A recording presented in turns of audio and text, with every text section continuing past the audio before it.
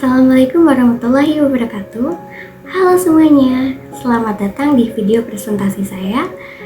Sebelumnya, perkenalkan nama saya Melinda Fadia Zahra, biasa dipanggil Meli. Hari ini saya akan membahas salah satu teori penting dalam dunia kepemimpinan dan keterampilan interpersonal, yaitu kecerdasan emosional atau emotional intelligence. Materi ini saya ambil dari mata kuliah leadership dan saya akan mencoba mengaitkan dengan situasi dunia kerja, analisis pribadi saya, dan serta penerapan bagi kita sebagai mahasiswa maupun calon pemimpin muda. Jadi, apa itu kecerdasan emosional? Menurut Daniel Goleman, kecerdasan emosional atau emotional intelligence adalah kemampuan seseorang untuk mengenali, memahami, dan mengelola emosi diri sendiri serta emosi orang lain.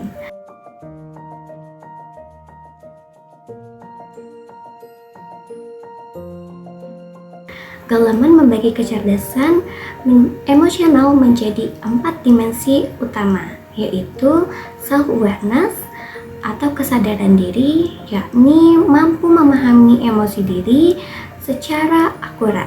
Kemudian kedua, self-management, yaitu kemampuan emosi agar tetap terkendali dan produktif. Dan ketiga, ada social awareness, yaitu empati dan mampu membaca emosi orang lain. Serta yang terakhir, relation management, yaitu kemampuan membina hubungan, mengelola konflik, dan membangun kolaborasi.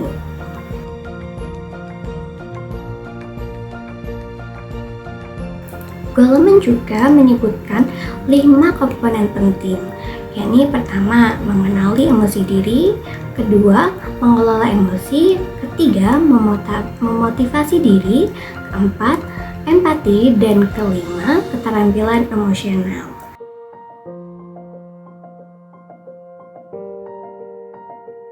Menariknya, penelitian ini menunjukkan bahwa EQ bisa menyumbang lebih dari 80% kesuksesan manusia dan dibanding IQ yang hanya sekitar 20% saja. Ini menunjukkan bahwa kemampuan mengelola emosi jauh lebih penting daripada sekedar kepintaran akademis saja. Nah, sekarang kita masuk ke analisa pribadi saya tentang apakah teori ini, yaitu teori kecerdasan emosional atau emotional intelligence, relevan dengan dunia kerja saat ini. Jawabannya sangat relevan. Di era sekarang, kita nggak cuma dituntut untuk pintar, tapi juga mampu berkomunikasi, beradaptasi, dan bekerja sama. Apalagi di dunia kerja yang sangat dinamis dan penuh tekanan. Tanpa kecerdasan emosional, kita mudah stres, konflik dengan orang lain, dan gagal memimpin.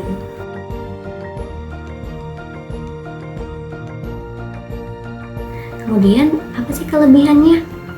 Teori ini mudah diterapkan oleh siapa saja dan bisa dilatih. EQ bisa berkembang seiring waktu, beda dengan IQ yang lebih statis. Kekurangannya apa? Kekurangannya mungkin sulit diukur secara objektif dan kadang orang tidak sadar kalau mereka perlu melatih EQ-nya.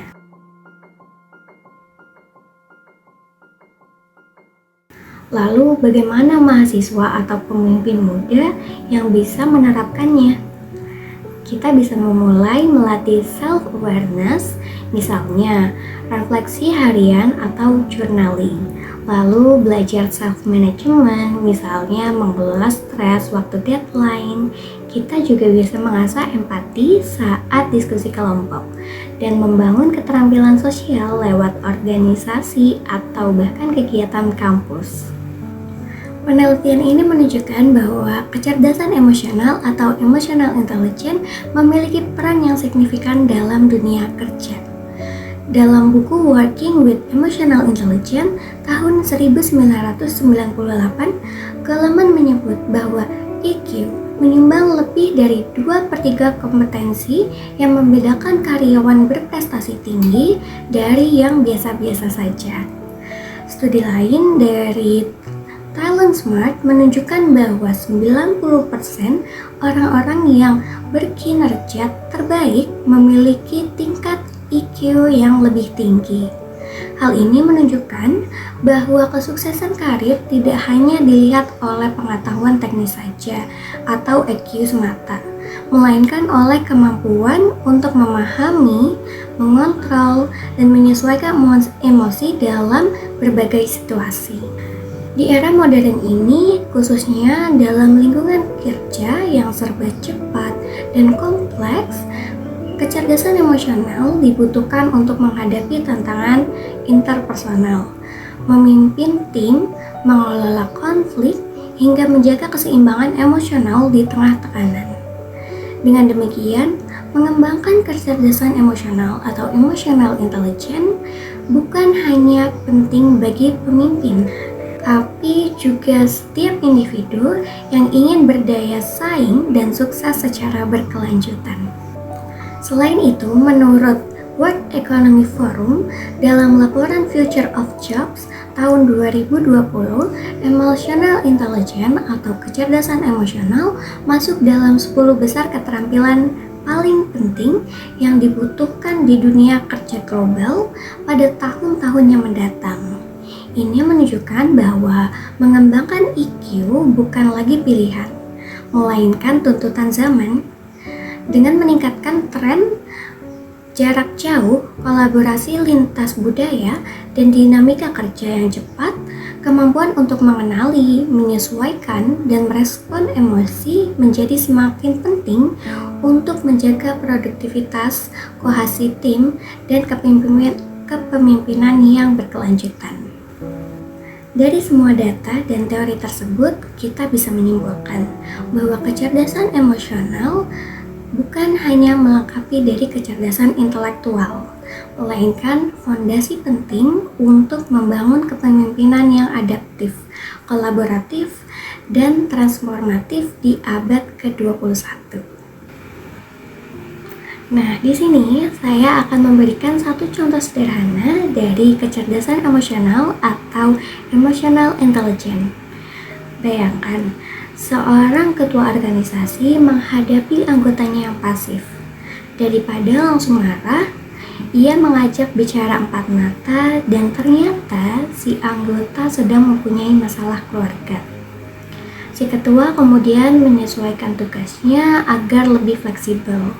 Hasilnya, si anggota merasa dihargai dan mulai aktif kembali di organisasinya. Inilah bentuk nyata kecerdasan emosional melalui emosi sendiri, memahami orang lain, dan membangun hubungan yang lebih sehat. Dari materi emotional intelligence atau kecerdasan emosional, saya pribadi belajar satu hal penting, bahwa jadi pintar saja tidak cukup. Kita harus mampu mengelola diri, berempati, dan membangun relasi yang sehat. Gaya kepemimpinan yang ingin saya kembangkan ke depannya adalah gaya empatik dan sportif. Saya ingin menjadi pemimpin yang bisa memahami tim saya, tapi juga tetap tegas dan produktif. Bukan sekadar menyuruh, tapi bisa menjadi panutan. Saya percaya pemimpin yang bisa mengelola emosionalnya dan memahami orang lain akan jauh lebih efektif, dihormati, dan menciptakan perubahan yang lebih positif lagi. Sekian presentasi saya mengenai kecerdasan emosional atau emotional intelligence dalam konteks kepemimpinan dan dunia kerja. Semoga apa yang saya sampaikan bisa bermanfaat dan semoga kita semua bisa menjadi pribadi yang lebih baik, lebih sadar, lebih bijak, dan lebih kuat secara emosional. Terima kasih sudah menyimak. Wassalamualaikum warahmatullahi wabarakatuh.